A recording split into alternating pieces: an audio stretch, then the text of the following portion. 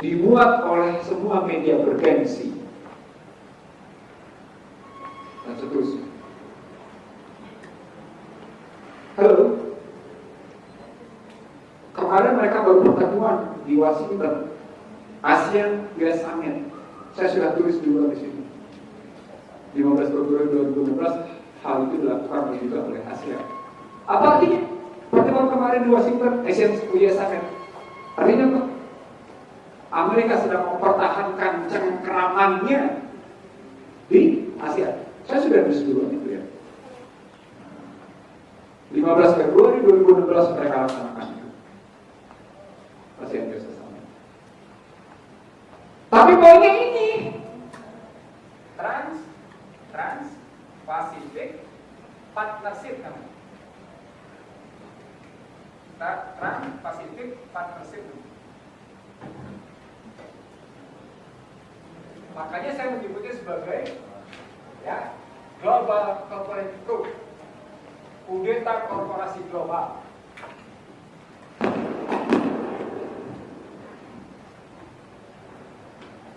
Saya menyebutnya sebagai kudeta korporasi global. Jadi arah ini ASEAN Summit yang kemarin baru dilakukan itu sebagai kelanjutan dari ini sesungguhnya arahnya adalah kudeta korporasi global. Sudah terbukti belum? Sudah terbukti belum? Lewat apa? Sekarang ini lewat apa kudeta korporasi global itu lewat apa terbuktinya? Lewat apa? Yang dia pakai modernas. Tuh, ini pakai vaksin. Terbukti. Itu di model farmasi. Di model IT sudah terbukti belum? Sudah.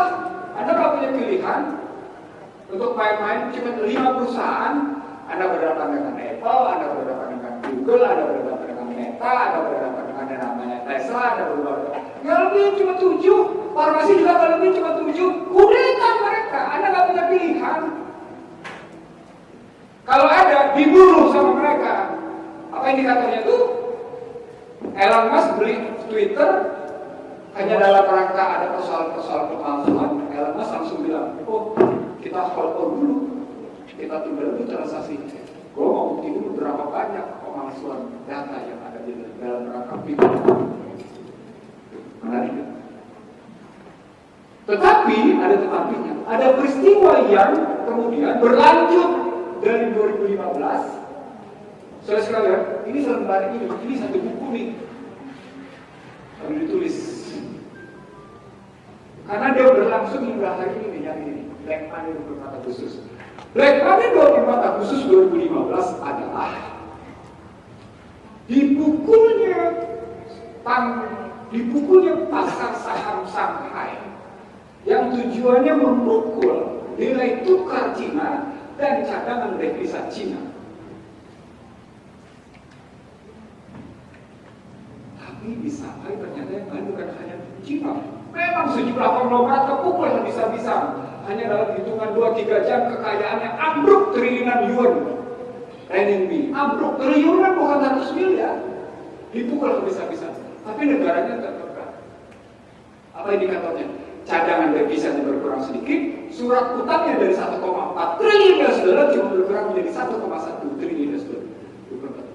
Tapi ada yang sakit. Yang sakit Rusia. Karena sejumlah konglomeratnya bermain di Shanghai, terkena si Rusia. Rubelnya kena 50%. Jatuh rubelnya. Yang paling dahsyatnya lagi, transaksi merchant to merchantnya, transaksi antara warung sama warung dengan pembeli dikunci. Kenapa? Karena Visa dan Master nggak bisa digunakan.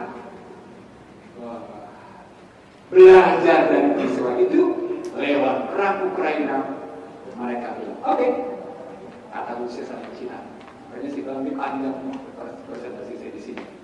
Oke, kata Cina Rusia. Saya tidak gunakan lagi Swift Code. Apa artinya? Transaksi antar bank tidak lagi menggunakan teknologi Amerika. Yang kedua, saya nggak mau pakai dolar.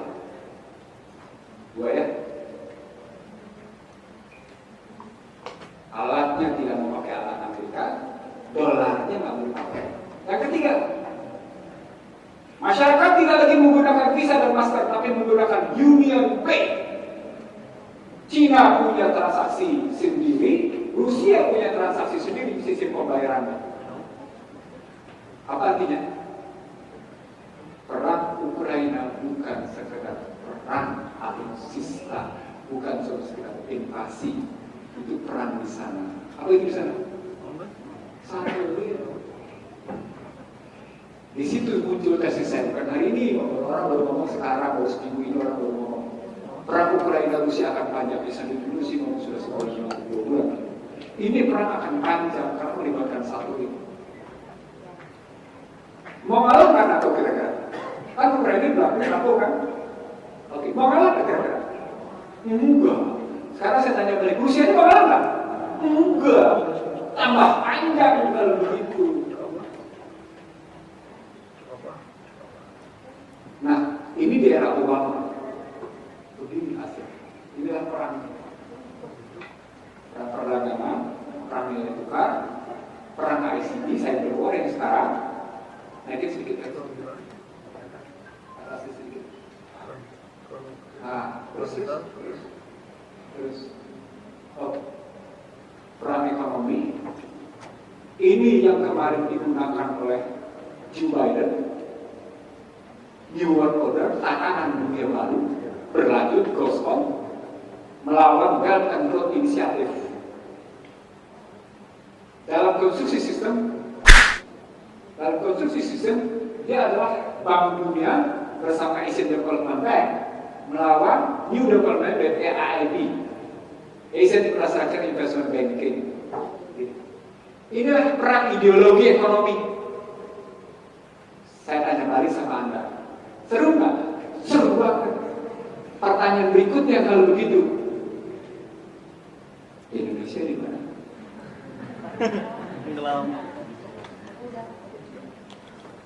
Dari situasi yang kayak gini, Indonesia di mana nih? Retno Marsudi, kebetulan istrinya teman saya, Marsudi, rektor Perbanas. Itu kira-kira kayak gimana cara berpikirnya? Karena kata kuncinya ada di beberapa kementerian, Menteri Perekonomian, Menteri Luar Negeri, Menteri Pertahanan. Kira-kira jawabnya kayak apa? Ini situasi sesungguhnya tidak sesederhana cerita ini. Saya cuma menyederhanakannya menjadi model begini. Kalau ini krisis 2011, dia menjadi krisis 2020. Kalau dipindahin menjadi tidak kelihatan di sini.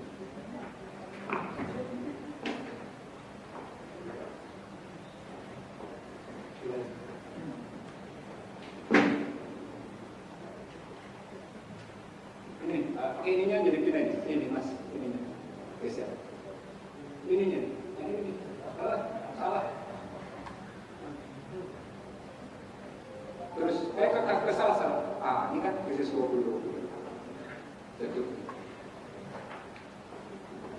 Jadi krisis 2020 jadilah sekarang saya menyebutnya sebagai New Cold War, perang dingin baru. Lalu saya mengatakan pada sejumlah petinggi, Antony Blinken, siapa Antony Blinken? Menteri Luar Negeri Amerika datang ke Indonesia dan pidato di UI seperti Obama pidato di UI. Antony Blinken bicara pentingnya Indo-Pasifik. Lalu lagi-lagi kemarin Lee Hsien-loong bicara Indo-Pasifik. Lagi-lagi kemudian kemarin juga bicara pentingnya Indo-Pasifik. Artinya apa? Ada sesuatu yang ditekankan di dalam. Oke?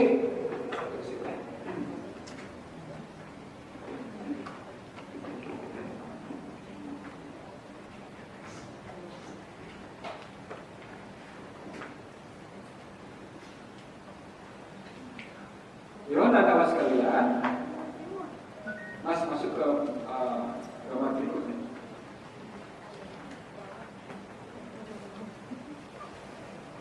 Yang gambar ini dari sebelah kanan tadi, sebelah kanan. Itu di kan juga. Dia itu yang itu bisa lihat. Tadi terus.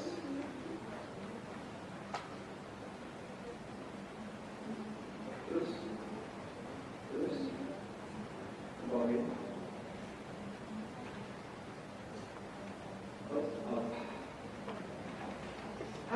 menyebut situasi ini, nah tokoh Harvardnya namanya Daron Acemoglu, menyebutnya sebagai quadripolar, segi empat. Polarisasi persegi empat. Polarisasi persegi empat itu begitu. Saya bilang bukan, tapi persegi delapan. Terutama setelah Taliban, kan muncul di situ Afgan Taliban keluar. Turkinya bertahan, Turkinya mainnya cantik. Sementara Rusia dan China bergabung, ikut Korea Utara, ikut Iran. Persegi delapan gitu. Melawan Amerika dengan sekutunya, kali ini NATO. Pertanyaan kenapa sampai Rusia kayak gitu? Sederhana. Karena NATO membangun benteng pertahanan dan perlawanan justru di terasnya Rusia, Ukraina. Itu poinnya. Sama seperti ada musuh Anda, gitu ya, musuh bebuyutan Anda, ngebangun benteng pertahanan di halaman Anda. Contohnya itu begitu. Ini bukan dokumen saya, ini dokumennya mereka. 2018 National Defense Strategy of US. Saya ulang ya, ini bukan dokumen saya, ini dokumen mereka. Summary of the National Defense Strategy of US 2018.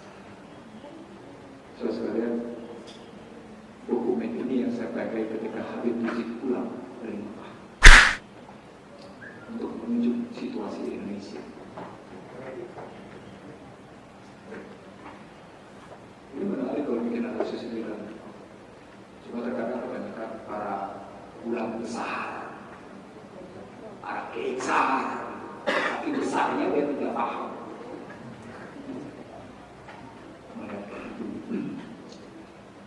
Lanjut, Mas, kita lihat bagaimana Cina menjawabnya. Cina menjawab dengan Rusia sudah dijawab dengan itu, Cina menjawabnya. Terus ke bawah, nah itu dia bilang. Kita lewatin ya, terus Anda kalau dapetin aja bahannya terus saya lewatin. Terus. Stop. Itu yang di sebelah kiri, itu studinya tidak sembarangan. Besarnya pas yang sebelah bawah. Ya itu besarnya. Cuma 2 slide itu yang akan menjadi kata kunci untuk melihat bagaimana yang seperti saya bilang tadi, cara pandang Al-Quran dan hadis melihat situasi. Saya ulang, cara pandang Al-Quran dan hadis melihat situasi, lalu bagaimana seharusnya umat Islam berbuat, bersikap.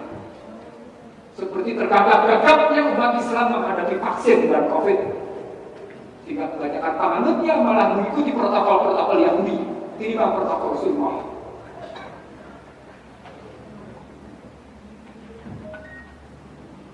Dia ikut protokol Yahudi, tidak protokol Rasulullah, protokol Allah. Ini tesis yang saya bangun dengan model tadi. Kalau Al-Quran menggunakan metodologi dikotomi perbandingan, saya pun menggunakan metode. Tapi yang ditemukan variabel. Variabelnya sebelah kiri. Lalu saya bikin model dikotomi. Itu variabel. Mari kita buktikan sekarang. Saya cuma mengambil satu variabel saja.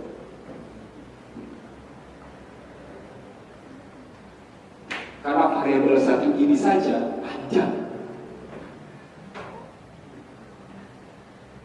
Bagi New World Order, dalam hal ini barat, konsepsinya adalah kesinambungan pertumbuhan. Sustainability, growth sustainability namanya.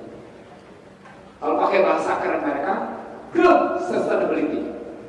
Pertanyaan besarnya, yang sustainable tumbuh itu siapa?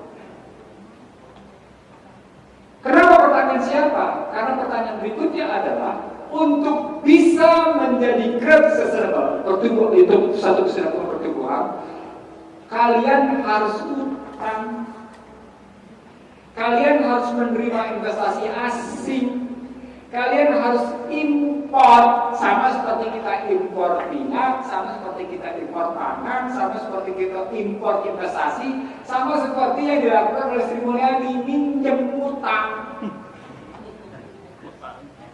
Maka saya bilang, investasi asing dan utang luar negeri serta perdagangan bebas adalah 5I. I pertama, invasi. Soal itu Anda tidak akan pernah dengar kuliah kayak gini di sekolah, di Fakultas Hubungan Internasional manapun, kami itu saya. I pertama adalah invasi. Invasi modal, invasi barang. Mau bukti? Mau bukti? Lihat Bandung kalau hari libur, yang paling banyak mobil Jepang atau mobil Eropa atau mobil Amerika. Apa? Artinya apa? Ruang publiknya diisi oleh siapa berarti? Ulang. Ruang publiknya diisi oleh siapa berarti? Oleh Jepang. Apa artinya? Jepang menginvasi Bandung dan Indonesia dengan barangnya, dalam hal ini mobilnya. Yang hebat Indonesia atau Jepang?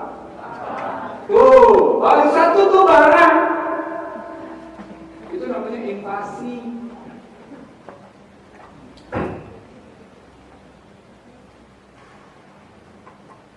Saya ngomong kayak gini, bukan bisa Jepang bereaksi. Karena saya ngomong nggak salah. Diundang saya oleh duta besar Jepang sekali, 2 kali, 3 kali, 4 kali, 5 kali baru saya ngomongin baruin aja kita dengar. Saya bilang Anda tidak fair karena melalui utang luar negeri dan investasi asing Anda menguasai moda transportasi darat. Jembatanlah, jalananlah. Loh, Anda kasih pinjaman untuk bikin jembatan, Anda kasih pinjaman untuk bikin jalan, Anda kasih untuk fasilitas pada darat. Tujuannya dalam rangka memperluas pangsa pasar mobil Anda kok. Loh iya kan? Dengan begitu kita mobil makin banyak mengisi ruang publik kita, kan begitu kan?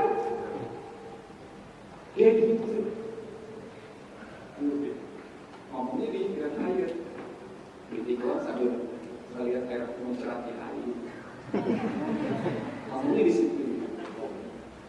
Tiba-tiba ada mobil. Oke. Rider. Dia balasnya cuma sebagai pejabatannya kayak gitu. Dahsyat kan? Dia patahin argumentasi saya dan seperti itu. Pejabatannya kayak gitu. Wih, sepenggal kalimat itu tapi dalamnya luar biasa. Luar biasa. Saya bilang ya, memang kami harus lebih belajar. Saya jawab saya, memang kami harus lebih konsisten. Saya harus akui lebih banyak pengkhianat daripada pejuang konstitusi. Itu kalimat saya. Lebih banyak pengkhianat. Dalam bahasa lain sesungguhnya pertumbuhan itu bukan ya sudahlah, untuk Anda tidak akan pernah naik kelas Anda biasa-biasa aja. Tapi saya menentukan itulah duit riset. Udahlah Anda boleh naik kelas tapi gue yang nentuin caranya, gue yang kontrol loh. Gimana cara gue kontrol? Lo pakai aja HP supaya HP-nya pakai, ganti HP lo jangan 4G lo di 5G mah. Saya tanya sekarang sama Anda, kenapa mesti 5G? Lebih cepat kemana? Terus sih, analisis lebih cepat kemana? Hah? No. Bagi Anda yang sudah divaksin, terkoneksi lebih cepat, teridentifikasi kok. Siapa namanya? Terkoneksi lebih cepat, ya. Dengan HP, masuk ke BTS masuk ke satelit. Oh, Anda sedang ada di Pusdai. Oh, ini saya. Artinya kalau pakai cara berpikir si Yahudi tadi, si Yudah Novel hari ini tadi, ya, kalau pakai berpikir si hari ini tadi, gitu ya, Anda betul-betul dikontrol. Ya, dikontrol Anda bukan cuma sekedar Anda ada di mana, dikontrol juga ini, dikontrol ini juga. Kenapa dikontrol ini bisa dikontrol? Kenapa tahu? Karena vaksin yang sudah masuk ke bentuk nanochip ketemu dengan yang namanya HP, dia memberi informasi tentang frekuensi Anda. Ini kan punya frekuensi kan? Betul. Ini punya frekuensi, betul. Kebaca frekuensinya, bikin cemas, masukin cemas. Terus ada informasi. Dah, saya ngomong bukan bercanda ini. Ini perang paling gila ini. Hussein, Imran Hussein, eskator Islam, menyebut ini akhir zaman. Tinggal nunggu sekitar 10-15 tahun lagi turun Imam Mahdi.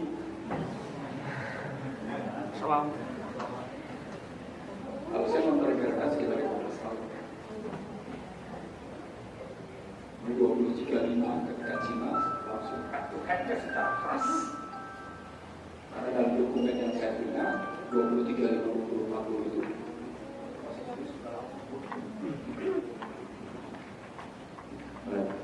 ini New World Order. Sekarang kita sebelah sini. Kita sebelah sini. Kita ambil berinisiatif. Ini Cina. Ini Barat, NATO, Amerika dan kawan-kawan. Ini Cina dan para aliansi. Oke. Kerjasama pertumbuhan. Orang kerjasama seimbang nggak? Seimbang ya? Setara ya? Dalam soal kereta cepat yang setara nggak? Tunjuk aja langsung dalam kereta cepat Jakarta Bandung itu Indonesia dengan Cina setara nggak? Oh berarti bukan kerjasama dong. Lu jadi sapi perah. Sederhana melihatnya, gampang aja meningkatkannya. Ketika Anda tidak dalam posisi setara melakukan kerjasama, berarti salah satu ada yang jadi sapi perah. Dari sini tinggal kita buktikan, oh iya mereka pakai yang namanya turnkey project. Muncullah kasus Afrika, muncullah kasus Sri Lanka yang Anda baca semua di dunia itu. Kayak gitu. Oke? Kalau sudah kayak gitu, bagaimana mengatasinya? Mengatasi oleh Mahathir mesti. Bagaimana Mahathir membatalkan? Dan Mahathir sepatutnya membatalkannya bukan mengundang Cina ke Kuala Lumpur atau ke Putrajaya. Mahathir datang ke Beijing. Lihat angka-angkanya. Saya ingin batal. Kemarin dia jatuhkan Najib, lalu datang ke Beijing dan dia batal. Saya kira itu salah satu fenomena Melayu yang dahsyat di dunia, sehingga dia pun disegani oleh Barat. Terus itu mas, itu ada resolusi 2014 bukan baru ya. So, itu mas, sebelah kanan, sebelahnya. Saya mau masuknya sebelah kanan. Bersalin tadi mas, bersalin tadi. Ini dia situasi mutakhir.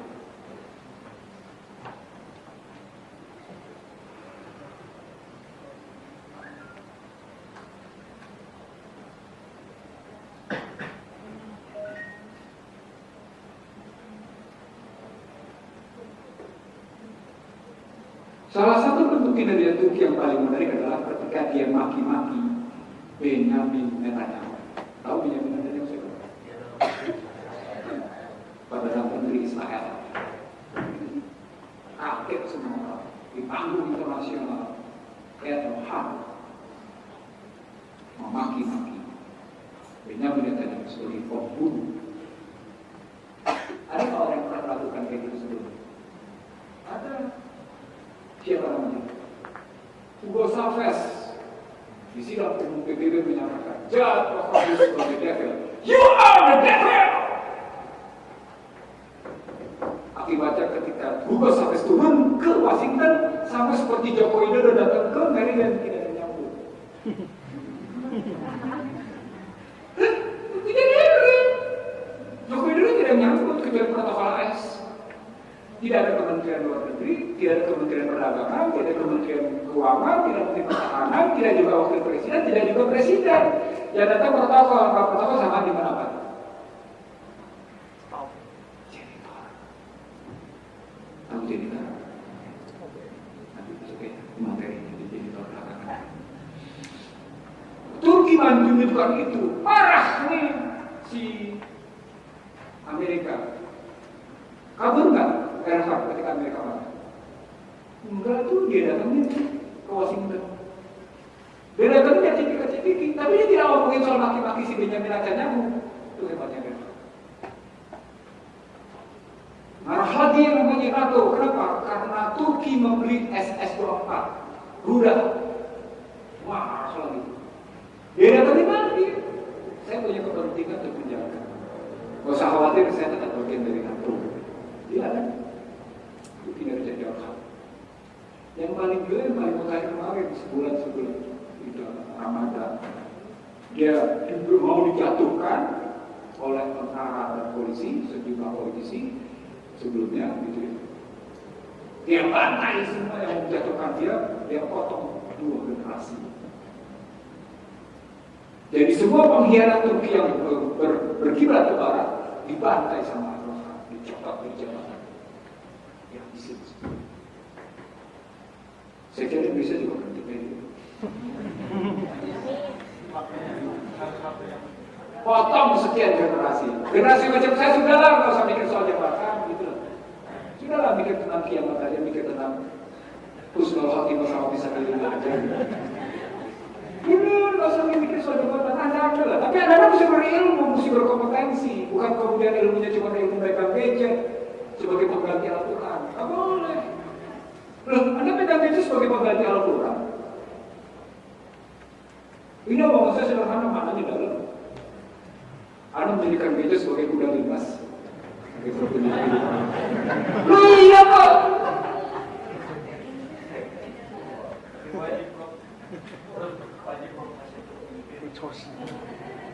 Jadi kalau kita lihat dalam konstruksi begitu gitu ya, maka terakhir ketika dia mau dipukul oleh Barat dengan cara nilai tukar, dia copot dulu Menteri Keuangan yang pro Washington dulu, dia copot Menteri Keuangan, dia pukul. Lalu kepada masyarakat Turki yang mau membeli dolar, dia bilang, "Hei warga negara Turki, Anda tidak perlu membeli dolar, silakan Anda pergi membeli lira, menurut kita. Berapa keuntungan yang Anda raih dalam rangka Anda memiliki dolar? Katakan sekarang sekian, maka negara akan mengganti keuntungan itu pada Anda. Sebutkan rekening Anda dan berapa Anda punya dolar." Dia tantang rakyat. Berani nggak kira-kira rakyat? Nggak mau. Karena saat itu sebetulnya bukan dikutik soal berapa keuntungannya, tapi dikutik soal pembelaan terhadap Turki. Di situ digeser tuh. Kalau perhatikan baik-baik di permainan Erdogan cerdas kan? Dia geser dari materialisme ke dalam spiritualisme, tapi spiritualisme kebanggaan sebagai bangsa Turki. Ketemu teori dasarnya, uang angka adalah persepsi. Print money is perception. Ketemu teori dasarnya modern monetary theory yang membantai neoliberal. Di sini ketemu sumber barat menjajah dunia. Dimulai dengan cara print money, dilanjutkan dengan utang, dilanjutkan berikutnya dengan mereka mengekspor bisa-bisa. Tiga metodenya cuma cetak uang, kasih pinjaman, bunuh mereka dengan barang. Untuk bisa melakukan itu semua, ciptakan rasa ketakutan sehingga Anda membeli perlindungan. Maka cara mereka selalu nakut-nakutin, termasuk nakut-nakutin soal vaksin sama COVID. Loh? Ya Allah ya Tuhan, bukan kajian saya, ikhwan dan akhwat. Saya punya bukti, saya punya dokumen, saya berani ngomong kayak gini. Seorang Barat bernama Naomi Klein itu membuktikan itu dengan judul buku The Soft Trade. Bagaimana doktrin itu membuat ketakutan, lalu Barat menjual akhirnya ini perlakuan. Sini kita kasih investasi. Itu cara mereka. Itu kinerja Turki. Yang kedua soal korut. Jauh sebelum vaksin, ribut-ribut soal vaksin sama COVID, di bawah pengaruh-pengaruh Donald Trump dan tergopoh-gopoh ngomongin Kim Jong Un di Singapura, itu jihad. Kenapa belajar itu jihad? Karena ujung dari pembelajaran adalah tu'minuna billahi wal yawmil akhir. Tadi udah saya bilang, ilmu agama itu sama ilmu dunia kurikulumnya sesungguhnya tidak pisah ya. Dunia barat yang memisahkan antara kurikulum umum sama kurikulum agama.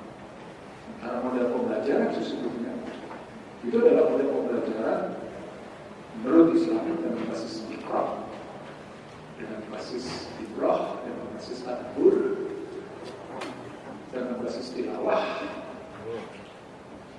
Sesungguhnya ujungnya adalah pembelajaran tentang tu'minu billahi wal akhir. Maka itu orang cerdas menurut Rasul adalah orang yang mempersiapkan menghadapi kematian, mempersiapkan diri menghadapi ada tiga, mempersiapkan diri menghadapi ajal, mati. Jadi berarti setelah itu disiapkan bekalnya apa?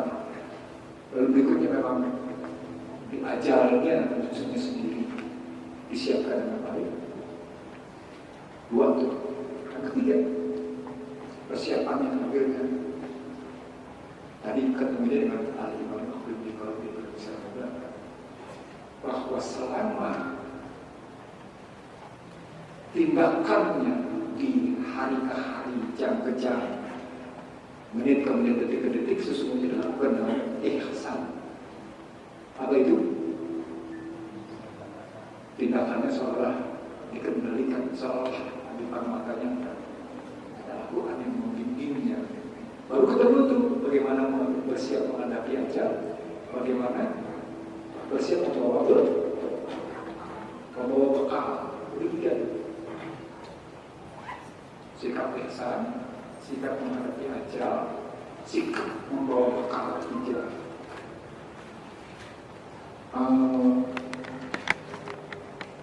Jadi semua orang ini tidak sadar begini, sampai kalimat Rasul sendiri itu habis. Kenapa sampai kayak gitu? Karena salah satu wujud kaum kafir adalah mereka menentang hari akhir, mereka tidak percaya hari akhir, mereka tidak percaya ada soal siksa kubur, karena memang mereka menentang Allah.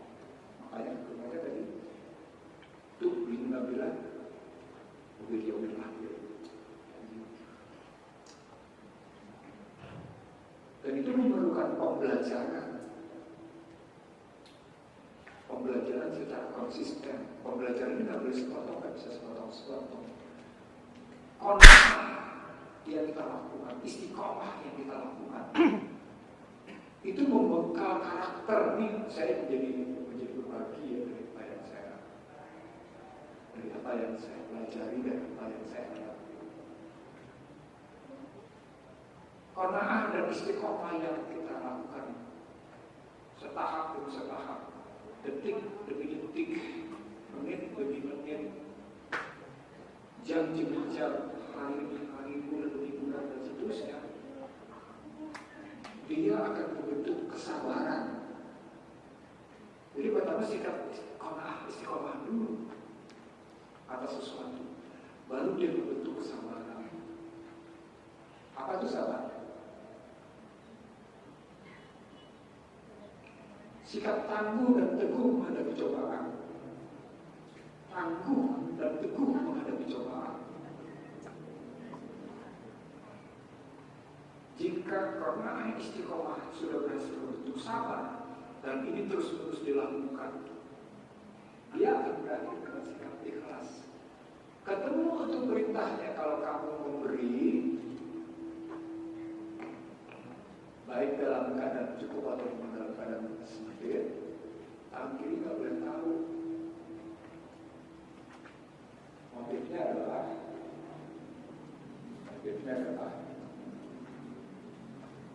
Anda diminta untuk rendah hati.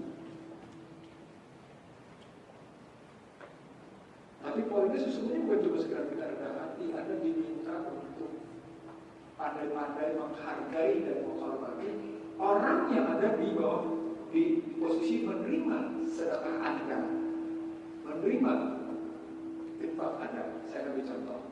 Ini saya cerita sedikit karena saya hari ini saya sedang wabima rezaqnahum yunfiqun pada Anda. Tapi infak saya infak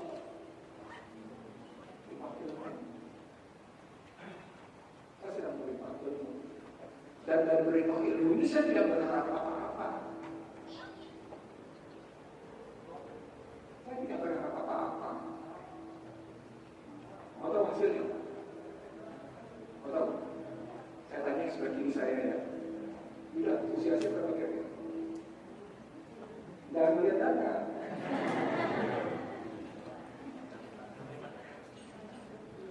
Kemarin seorang guru yang usianya 54 tahun menebak bisnis. Gurunya perempuan. Kebetulan guru TK berdialog sama saya soal kurikulum dan mendidik anak. Mungkin sekitar 2 jam dia datang ke rumah dan berdialog di dalam. Dia tebak usia saya 50. Dia usia dia 54. Kenapa sampai soal usia? Karena wajah, mata, kata dia mencerminkan hati, dia mencerminkan kalbu, wajah yang ikhlas, ya, wajah yang ikhlas, kata-kata yang baik, perilaku yang menghormati dan menghargai. Ini membuat wajah ini ringan.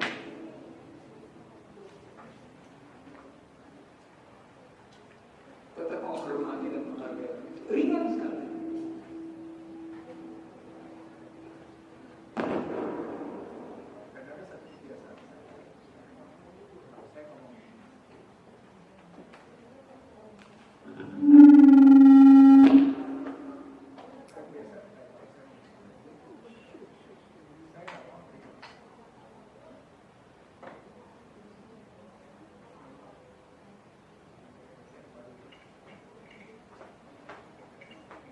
Karena buat saya sedang beriman.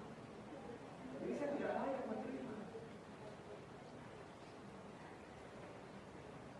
Saya ingin mengatakan sama Anda, harus ada pengorbanan untuk belajar. Itu makanya jihad. Saya sedang belajar nih dari Anda nih. Paling tidak apa yang sedang saya belajar dari Anda?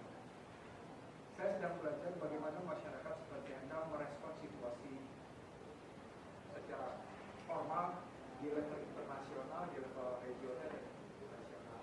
Maka saya sedang belajar. Saya dapat masukan, saya dapat pemahaman Anda tentang masker, saya dapat pemahaman Anda tentang vaksin, saya dapat pemahaman Anda tentang sejarah. Saya dapat itu. Saya belajar. Saya juga belajar dari saya. Itulah yang disebut dengan hibroh. Anda berinfak pada saya berinfak pada Anda. Dalam sikap saling menghargai. Kalau saya ngasih kuliah umum di ITB misalnya, saya pakai kontrak belajar. Karena saya mampu masih saya tidak menggunakan kontrak belajar. Biasanya kalau saya kuliah umum di ITB, saya pakai kontrak belajar. Ini sedikit pesertanya. Jadi kalau mengikuti kuliah umum saya bisa 300 sampai 500 orang. Timur yang makan. Betul lah. Jadi dugaan saya itu karena dasar itu, karena orang yang terpanggil untuk belajar dalam sikap jihad itu sedikit, apalagi dalam rangka melaksanakannya. Untuk memahaminya saja sudah punya tantangan.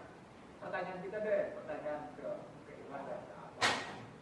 Dalam satu hari kita buka Al-Quran berapa lama? Mana lebih lama, buka WA atau buka Al-Quran?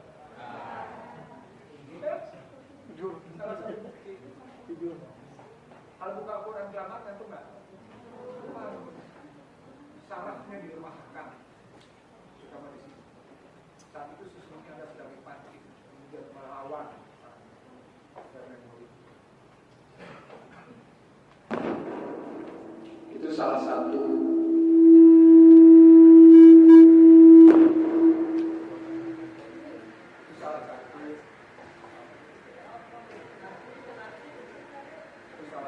wujud di mana ada pembelajaran itu tidak mampu. Katalah sobat hak, katalah kepercayaan pada Anda adalah jangan pernah luluh untuk semangat belajar. Itu usia berapapun. Saya nomor 4.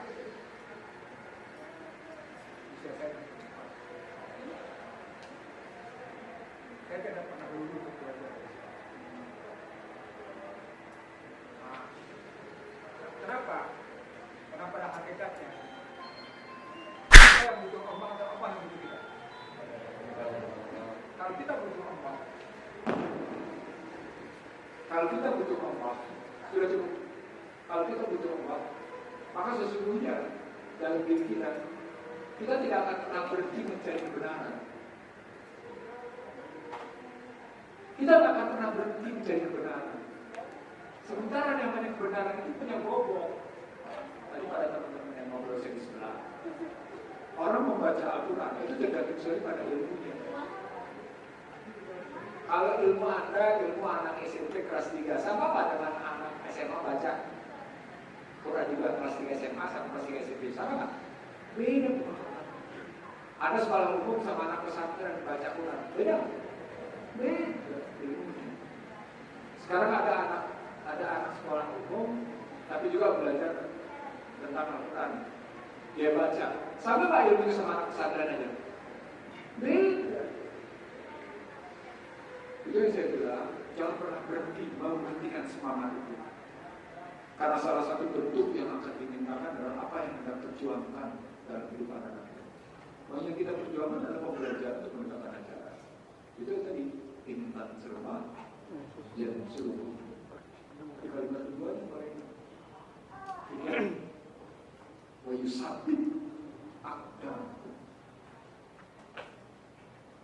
agar dikukuhkan perjanjian itu, akta itu dalam dikukuhkan luar biasa. Nah, itu berbagi saya pada Anda. Saya membaca sehari tidak kurang 2 jam. Apa saja saya baca. Kalau lagi bisa, di HP ada Quran buka.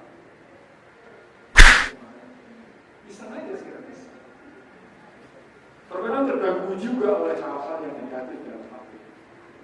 Jujur terganggu juga. Apalagi ketika diterjang sama iklan macam-macam ya. Terganggu. Nah, saya berharap pertemuan kita betul-betul mengukuhkan ke dalam diri Anda tentang apa yang kita sebut sebagai membangun sikap dan pandangan hukum untuk Anda musuh-musuh. Mari kita terus. Ini lewati. Ini sudah tadi. Terus. Nah, ini yang dihadapi Indonesia selanjutnya. Berarti ya itu mas. Bisa. Nah itu di situ. Nah terus.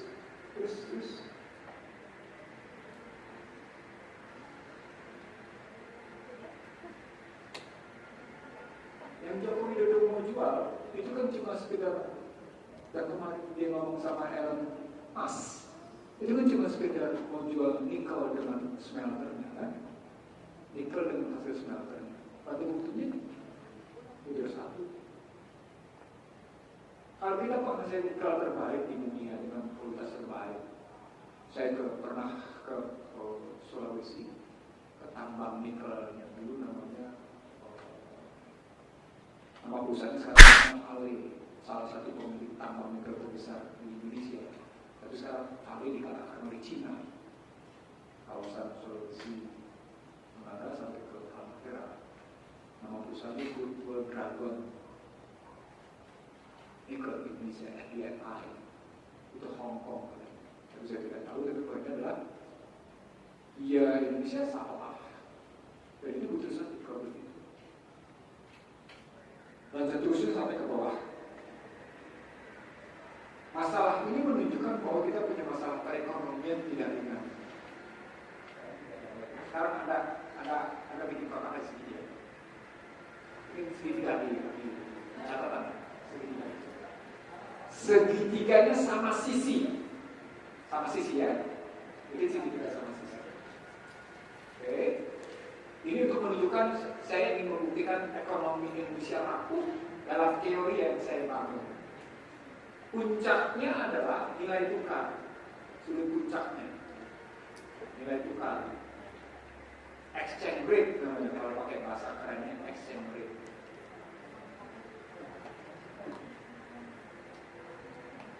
Alas kiri suku bunga. Biasanya ditentukan oleh BI namanya BI rate. Kalau di Amerika namanya Fed Fund Rate, tingkat suku bunga bank sentral. Kalau BI namanya BI rate, kalau di Amerika namanya Fed Fund Rate. Yang ketiga, alas kanan, inflasi.